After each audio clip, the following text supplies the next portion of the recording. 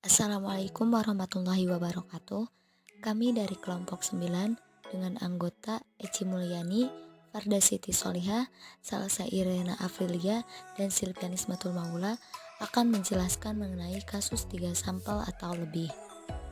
Kami akan menjelaskan mengenai yang pertama pengertian statistik, yang kedua pengertian sampel dan data, yang ketiga kasus 3 sampel atau lebih, yang keempat uji statistika parametrik, dan yang terakhir ANOVA atau Analysis of Variance. Assalamualaikum warahmatullahi wabarakatuh. Kami dari kelompok 9 dengan anggota Eci Mulyani, Farda Siti Solihah, Salsa Irena Afrilia, dan Silvianis Matul Maula akan menjelaskan mengenai kasus 3 sampel atau lebih.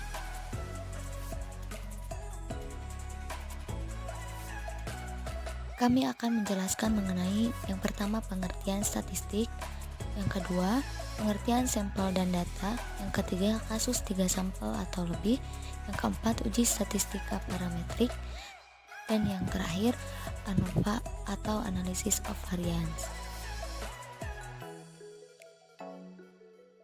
Statistik adalah suatu metode atau ilmu yang mempelajari cara pengumpulan, pengolahan, penganalisisan, penafsiran, dan penarikan kesimpulan dari data yang ada. Peranan dan fungsi statistik. Yang pertama, dalam kehidupan sehari-hari, statistik memiliki peranan sebagai penyedia bahan-bahan atau keterangan-keterangan berbagai hal untuk diolah dan ditafsirkan. Kemudian, dalam penelitian ilmiah, statistik memiliki peranan sebagai penyedia data untuk menemukan kembali keterangan-keterangan yang seolah-olah tersembunyi dalam angka-angka statistik.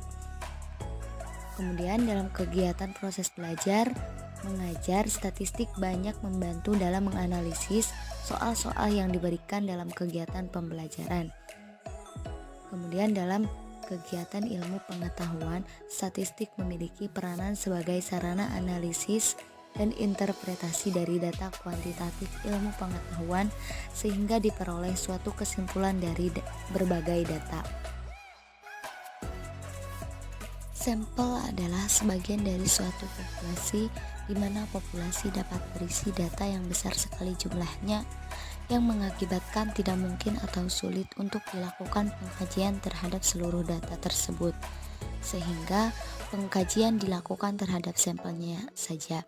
Jadi, sampel merupakan bagian dari populasi. Data yang diperoleh tidaklah lengkap. Kemudian, data adalah catatan atas kumpulan fakta. Dalam penggunaan sehari-hari, data berarti suatu pernyataan yang diterima secara apa adanya. Pernyataan ini adalah hasil pengukuran atau pengamatan dari suatu variabel yang bentuknya dapat berupa angka atau kata-kata. Penelitian kasus 3 sampel atau lebih bertujuan untuk mengetahui apakah dari ketiga perlakuan atau lebih memberikan hasil yang sama atau tidak. Jika ternyata memberikan hasil yang berbeda, akan diurutkan dari perlakuan yang memberikan hasil yang optimal sampai kepada yang paling kurang optimal. Ketiga sampel tersebut dapat dibedakan secara signifikan, yaitu dengan langkah-langkah sebagai berikut. Yang pertama, misalkan data X, Y, dan Z diuji dengan uji normalitas distribusinya. Kemudian, jika semua data berasal dari populasi yang berdistribusi normal, maka akan dilakukan dengan uji homogenitas untuk semua variansinya. Lalu jika semua variansinya homogen, akan dilakukan uji parametrik atau uji analysis of variance, dan di akhir dengan uji Duncan. Jika salah satu dari semua atau semua berasal dari populasi tidak berdistribusi normal, maka akan dilakukan uji non-parametrik. Statistika parametrik adalah ilmu statistika yang mempertimbangkan jenis sebaran atau distribusi data, yaitu apakah data menyebar secara normal atau tidak. Dengan kata lain, data yang akan dianalisis menggunakan statistik parametrik harus memenuhi asumsi normalitas. Contoh metode statistik parametrik. Yang pertama ada uji Z. atau satu atau dua sampel. Uji Z adalah salah satu uji statistika yang pengujian hipotesisnya didekati dengan distribusi normal. Dan yang kedua ada uji T, satu atau dua sampel. Uji T adalah suatu uji statistik yang dipergunakan untuk menguji kebenaran atau kepalsuan hipotesis nihil. Berikut ciri-ciri statistik parametrik diantaranya. Yang pertama, data dengan skala interval dan rasio. Skala interval merupakan skala yang membedakan kategori dengan selang atau jarak tertentu dengan jarak antar kategorinya sama. Skala interval tidak memiliki nilai nol mutlak. Skala rasio merupakan penggabungan dari ketiga sifat skala sebelumnya. Skala rasio memiliki nilai nol mutlak dan datanya dapat dikalikan. Keunggulan dari statistika parametrik yaitu sebagai berikut. Yang pertama, syarat-syarat parameter dari suatu populasi yang menjadi sampelnya biasanya tidak diuji dan dianggap memenuhi syarat pengukuran terhadap data yang dilakukan dengan kuat. Beberapa kelemahan dari statistika parametrik yaitu sebagai berikut. Yang pertama, populasi harus memiliki varian yang sama. Yang kedua, variabel-variabel yang diteliti harus dapat diukur setidaknya dalam skala interval. Yang ketiga, dalam analisis varian ditambahkan persyaratan rata-rata dari populasi harus normal. ANOVA adalah suatu cara untuk melihat perbedaan rata-rata melalui pengetesan variansinya. Anggapan-anggapan yang berkaitan dengan model statistika yang mendasari uji F adalah bahwa populasi yang berdistribusi normal mempunyai variansi yang homogen. Tuntutan pengukuran interval atau variabel yang terlibat.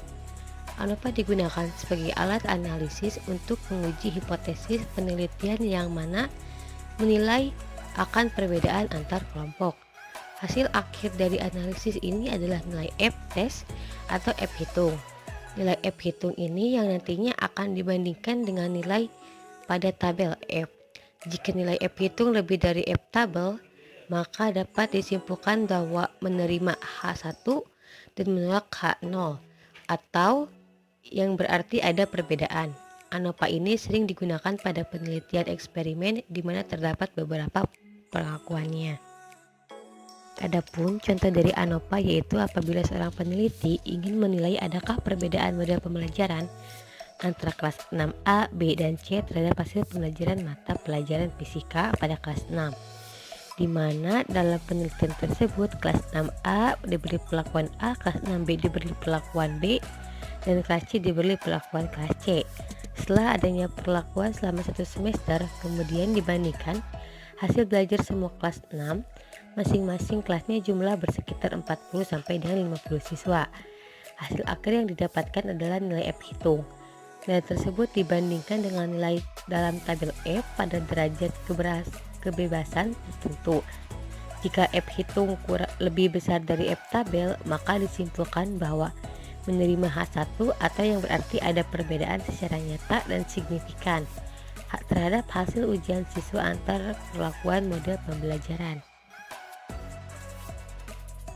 ANOVA one way atau ANOVA satu arah. Mengapa disebut ANOVA satu arah? Karena pusat perhatian kita hanya satu. Dalam hal ini contohnya pada bentuk kemasan suatu produk.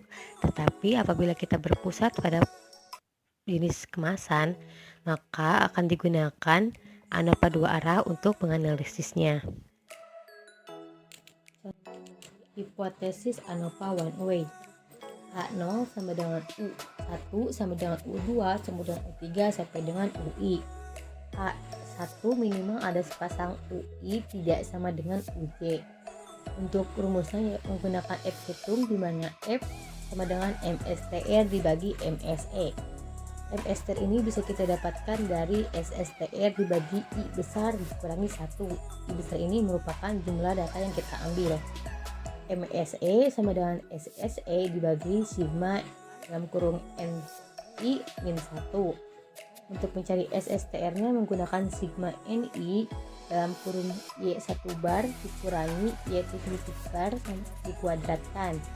Untuk mencari SSE-nya menggunakan sigma NI dalam kurung YIJ dikurangi Y1 bar dikuadratkan. F itu lebih besar dari F tabel, artinya tolak H0 artinya minimal ada sepasang kelompok yang memiliki rata-rata berbeda, atau pemberian perlakuan berbeda memberikan efek yang berbeda pula. Contoh dari ANOVA One Way. Data berikut mencantumkan beberapa bungkus rokok yang terjual di sebuah pasar swalayan pada 8 hari yang dipilih secara acak. Pertanyaannya, dengan taraf signifikan 5%, apakah rata-rata penjual dan kelima rokok tersebut sama banyak? Bisa teman-teman lihat pada gambar, ada tabel yang merupakan A, B, C, dan D dengan angka-angkanya. Itu merupakan jenis rokok yang kita ambil sebagai sampel. Untuk N1 sama dengan rokok A, N2 sama dengan rokok B, seterusnya yang berjumlah 8 karena 8 hari yang kita ambil. Bahkan untuk I besar sama dengan 5 itu merupakan adanya 5 jenis rokok yang kita ambil sebagai sampel. Untuk mencari Y1 bar sama dengan 30 ini merupakan pada rokok A kita jumlahkan semua angka-angkanya, kemudian dibagi 8 menghasilkan 30. Begitupun dengan rokok B, C, D, dan E. Sedangkan untuk Y bar titik-titik sama dengan 33,6 itu kita jumlahkan semuanya, kemudian kita bagi 8. Untuk mencari jawabannya itu H0 sama dengan UA sama dengan UB sampai dengan UE. H1 minimal ada sepasang UI, 3 sama dengan UB. Untuk STR seperti yang telah disebutkan sebelumnya, sigma NI dalam kurung Y1 min Y titik-titik bar dikuadratkan sama dengan 8 ke 30 min 33,6 dikuadratkan sampai dengan 8 dikali 33 min 33,6 dikuadratkan akan menghasilkan 1225,6. Untuk SSE menggunakan sigma dalam kurung YIJ min Y1 bar dikuadratkan sama dengan 21 min 30 dikuadratkan sama dengan seterusnya sampai 38 min 30,2. Walaupun seterusnya akan menghasilkan 22.986. Untuk MSTR sama dengan SSTR yaitu 1225,6 dibagi I min 1 yaitu 5 min 1 menghasilkan 306,4. Untuk MSE yaitu SSE dibagi sigma dalam kurung NI min 1, dimana 2986 dibagi 5 ini, NI ini berasal dari jumlah rokok yang kita ambil sebagai sampel. Sedangkan untuk angka 7 ini berasal dari 8 min 1 menghasilkan 7, akan menghasilkan 85,3142,9. Kemudian untuk F hitungnya yaitu MSTR min MFE akan menghasilkan 3,519427. Sedangkan untuk F tabel atau F Excel ini menghasilkan 2,64164. Ini berarti F hitung lebih besar dari F Excel. Keputusannya tolak HO rata-rata penjualan kelima rokok tersebut berbeda-beda. Selanjutnya ANOVA two way. ANOVA dua arah membandingkan perbedaan rata-rata antara kelompok yang telah dibagi pada dua variabel independen yang selanjutnya disebut faktor. Manfaat dari ANOVA dua arah memberikan perlakuan yang berbeda pada faktor 1, 2, dan interaksi antara faktor 1 dan 2 apakah memberikan efek yang berbeda. Pada ANOVA dua arah sebenarnya dibagi menjadi dua, yaitu ANOVA dua arah tanpa interaksi dan ANOVA dua arah dengan interaksi. Kapan sih kita menggunakan ANOVA dua arah tanpa interaksi dan kapan kita menggunakan ANOVA dua arah dengan interaksi? Dapat kita lihat dari struktur datanya terlebih dahulu. Di dalam ANOVA dua arah tanpa interaksi, di sana terdapat faktor A dan faktor B masing-masing memiliki 3 level atau 3 perlakuan. Contohnya pada faktor A level 1 dan faktor B level 1. Di sana terdapat 1 sampel. Begitu juga di dalam faktor A level 3 dan faktor B level 2. Di sana juga hanya terdapat 1 sampel. Nah, untuk ANOVA dua arah dengan interaksi, di sana terdapat 3 perlakuan juga, namun pada faktor A level 3 dan faktor B level 2 di sana terdapat K sampel. seperti itu. Nah, hipotesis yang digunakan pada ANOVA dua arah tanpa interaksi ada dua, yaitu perlakuan yang berbeda pada faktor A memberikan efek yang berbeda, dan perlakuan berbeda pada faktor B memberikan efek yang berbeda. Sedangkan pada ANOVA dua arah dengan interaksi terdapat 3 hipotesis, yaitu hipotesis yang tanpa interaksi tadi ditambah dengan satu lagi, yaitu faktor A dan faktor B yang berbeda memberikan efek yang berbeda pada data pengamatan. Untuk mendapatkan keputusan dari hipotesisnya, yaitu kita dapat melihat dari F-hitungnya. Pada ANOVA dua arah tanpa interaksi itu FA sama dengan mean square A dibagi mean square error, atau FA sama dengan MSA dibagi MSE, dan FB sama dengan MSB dibagi MSE. Namun pada ANOVA dua arah dengan interaksi ditambah satu lagi, yaitu FAB sama dengan MSAB dibagi MSE. Nah, untuk mendapatkan MSA, MSB, dan MSAB, rumusnya yaitu sum square dibagi degree of freedom. Nah, untuk mendapatkan sum square, rumusnya itu terdapat di pinggir tabel. Untuk yang tanpa interaksi itu SSE-nya berbeda dengan SSE yang ada dengan interaksi. Nah, untuk SSA, SSB, dan SSAB-nya hampir sama, hanya saja di ANOVA dua arah tanpa interaksi K-nya itu dihilangkan karena pada tanpa interaksi itu hanya terdapat satu sampel saja. Nah, tolak H0 jika F hitungnya itu lebih kecil dari F kritis. Contoh ANOVA dua arah tanpa interaksi. Di sini terdapat data mengenai sekretaris dan mesin ketik dengan menggunakan signifikan 5% untuk menguji hipotesisnya, di mana ingin mengetahui yang A, keempat sekretaris tersebut mengetik sama cepatnya, yang B, jenis mesin ketik tidak berpengaruh pada kecepatan mengetik. Di dalam kotak sebelah kiri terdapat rumus-rumus, yaitu yang pertama ada I sama dengan 4. Nah, I sama dengan 4 itu didapat dari jumlah sekretaris, yaitu yang Kim, Doug, Rhonda, dan Kevin. Kemudian yang J sama dengan 4 itu didapat dari mesin ketik, yaitu ada mesin ketik Royal, IBM, Underwood, dan Olivetti. Kemudian di bawahnya ada kolom Y bar 1 titik sama dengan 72. Nah, itu dihasilkan dari merata-ratakan baris Kim yang 78, 62, 71, 77 itu dirata-ratakan dengan cara 78 ditambah 62 ditambah 71 ditambah 77 kemudian dibagi 4 sampai ke Y bar 4 titik atau ke baris keempat yang bagian Kevin itu yang 71, 66, 59, 67. Kemudian selanjutnya Y bar 1 titik sama dengan 68,75. Nah, itu didapat dari kolom Royal. Itu juga sama dirata-ratakan, dihasilkan dari 78 ditambah 57 ditambah 69 ditambah 71 kemudian dibagi 4.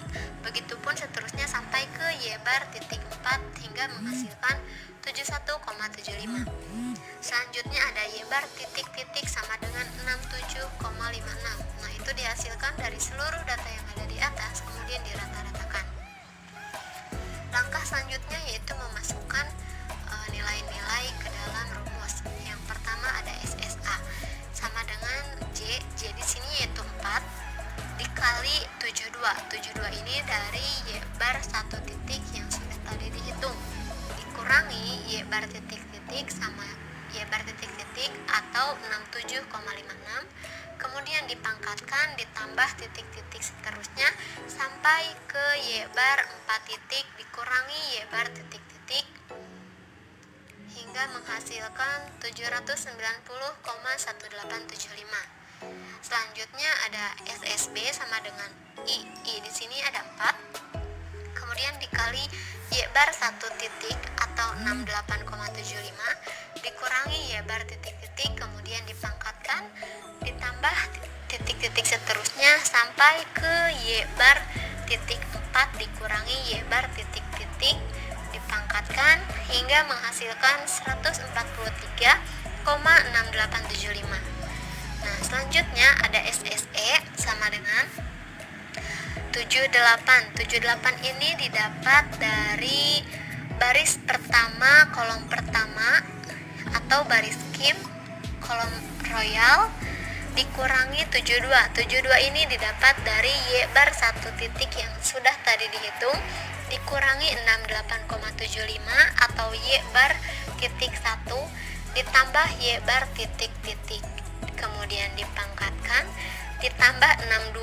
Nah, 62 ini didapat dari baris pertama kolom kedua atau baris kim kolom IBM dikurangi Y bar 1 titik dikurangi Y bar titik 2 ditambah Y bar titik titik ditambah titik-titik seterusnya sampai ke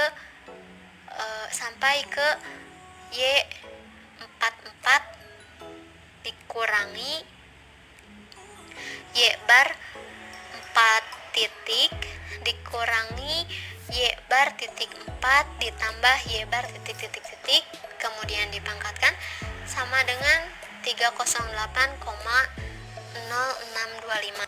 Langkah selanjutnya terdapat pada kotak yang ada di sebelah kanan atas, yaitu mencari MSA, MSB, dan MSE, yaitu dengan cara sum square dikali derajat bebasnya. Nah, selanjutnya yaitu menghitung F hitungnya, itu terdapat pada kolom sebelah kanan bagian bawah, di mana untuk faktor A dengan rumus MSA dibagi MSE dan faktor B dengan rumus MSB dibagi MSE. Kemudian untuk membandingkan hasilnya, kita menghitung faktor A-nya dengan membandingkan F kritisnya. Di dalam faktor A dapat kita ketahui yaitu 0,05 atau taraf signifikannya, dan 3 itu dari degree of freedom atau derajat bebasnya. 9. Nah, 9 ini didapat dari I dikurangi 1 dikali J dikurangi 1 hingga menghasilkan 3,862. Kemudian untuk faktor kritis dari F kritis dari faktor B yaitu 0,05 dibagi 3,9. 9 ini sama kayak tadi, dari Y dikurangi 1 dikali J dikurangi 1 hingga menghasilkan 3,862. Jika dibandingkan F hitung dari faktor A yaitu lebih besar daripada F kritisnya, sehingga dapat disimpulkan bahwa menolak H0. Kemudian untuk faktor B, F hitungnya itu lebih kecil daripada F kritisnya, kemudian dapat disimpulkan bahwa faktor B itu gagal tolak H0.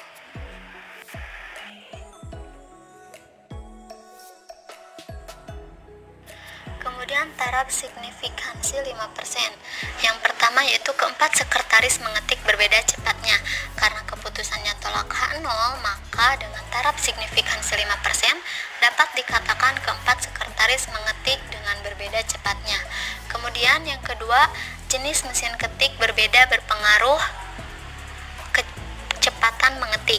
Karena di sini kesimpulannya gagal tolak H0, maka dapat disimpulkan dengan taraf signifikansi 5% belum dapat dikatakan mesin ketik berbeda memberi pengaruh berbeda pada kecepatan mengetik.